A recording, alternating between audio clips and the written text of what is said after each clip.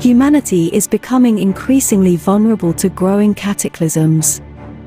Illusions that any continent will escape the clutches of the climate Cerberus are dissipating more and more with each passing day.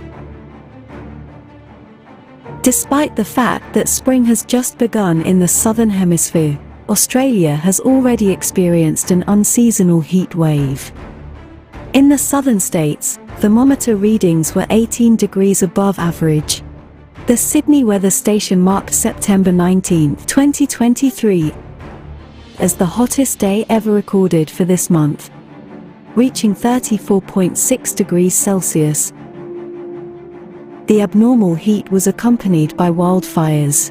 In Queensland, they numbered in the dozens. And while temperature anomalies may no longer surprise anyone, the number of destructive and rare tornadoes leaves no doubt that the climate is becoming more and more unpredictable. For a tornado to form, a multitude of conditions must be present. But, unfortunately, this has not prevented the expansion of the geography of this dangerous phenomenon. Earlier they formed mainly in the US, but now we increasingly see them on the Eurasian continent. And this trend is growing. This week alone, tornadoes showed their destructive power in different parts of the continent.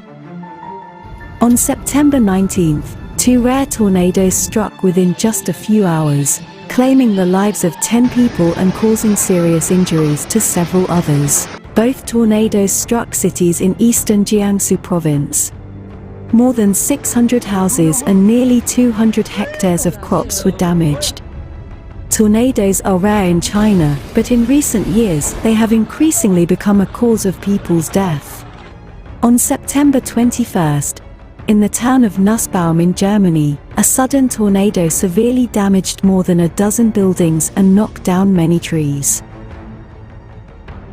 In some cases, up to 40 fallen trees were lying on county roads that we had to clear. Some houses were in danger of collapse.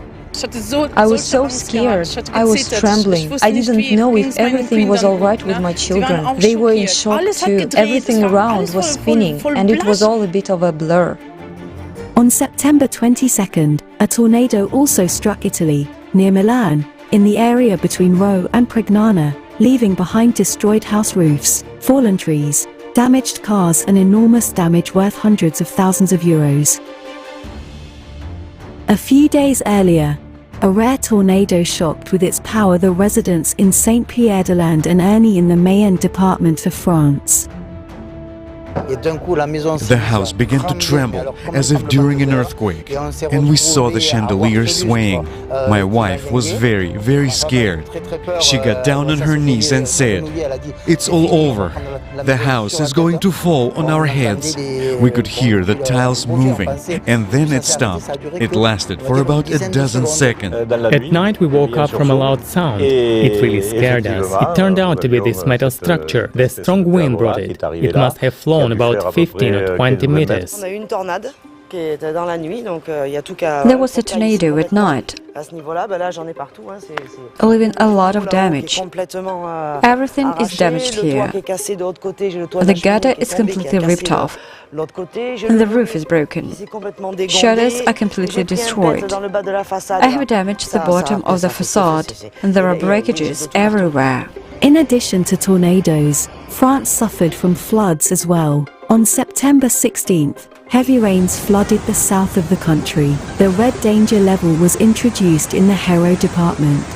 Some areas received 500 millimeters of precipitation, which is 5 times the monthly norm. This led to 2 rivers overflowing their banks. Some houses were flooded and cars were washed away by the current.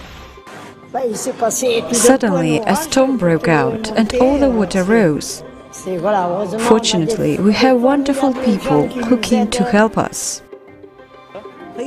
Look at the water level, how high it has risen. I just sold my house and haven't had time to move the furniture out of it yet, so you can see what it's become. On September 18th, more than a month's precipitation norm fell in northern Iran in just 12 hours. According to the head of the Crisis Management Department of Jilan province, this was the heaviest rain in this area in the past 100 years. As a result of the flooding, buildings, bridges, and power line poles were destroyed. Let's take a look at other climate events that the residents of the planet had to face from September 16th to September 22nd. Hurricane Lee in the Atlantic, which hit New England in the USA and the coastal regions of Canada, left over 130,000 people without electricity.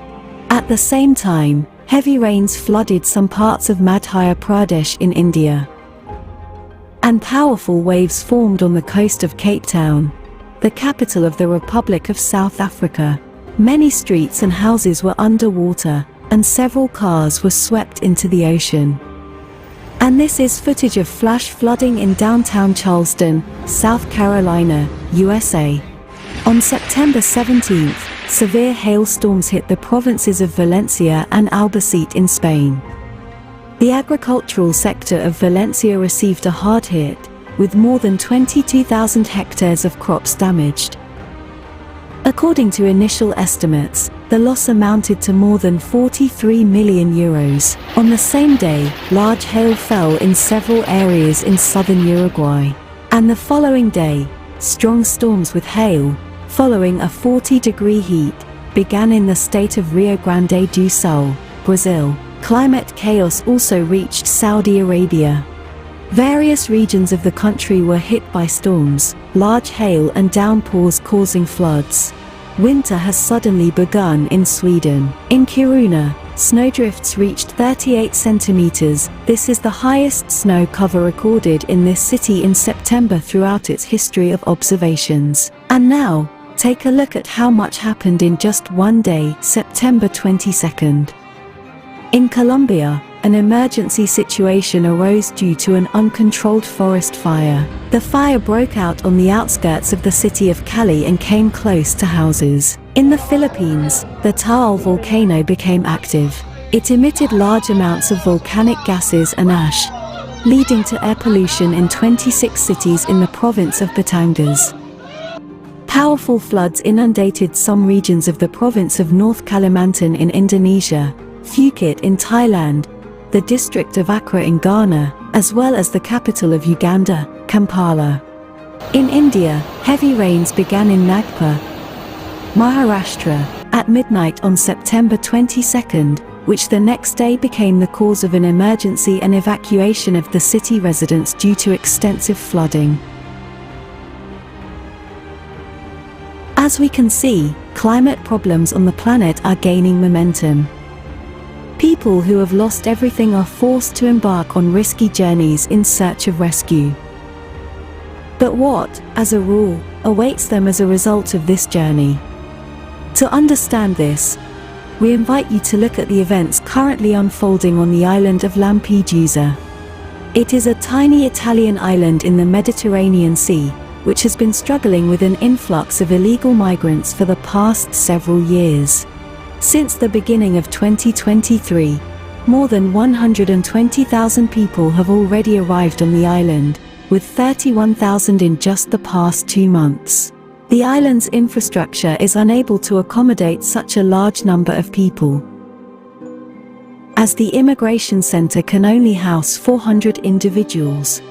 Additionally, big problems with food and drinking water have immediately arisen. Hungry people began to vandalize the overloaded migration center. As a result, the authorities declared a state of emergency. And how is the issue being resolved overall? Well, it isn't. The influx of hungry refugees has become a nightmare for Europe. The head of the European Commission, after visiting Lampedusa, announced that the European Union intends to strengthen patrols in the Mediterranean Sea and take tough measures against illegal migration of refugees. Thus, instead of uniting and solving the problem together, states, unfortunately, continue to build walls between each other. In the end, the question arises: is the tragedy on Lampedusa our rehearsal before the big performance of the climate Cerberus, or a humanity test for people? Let everyone find their own answer to this question.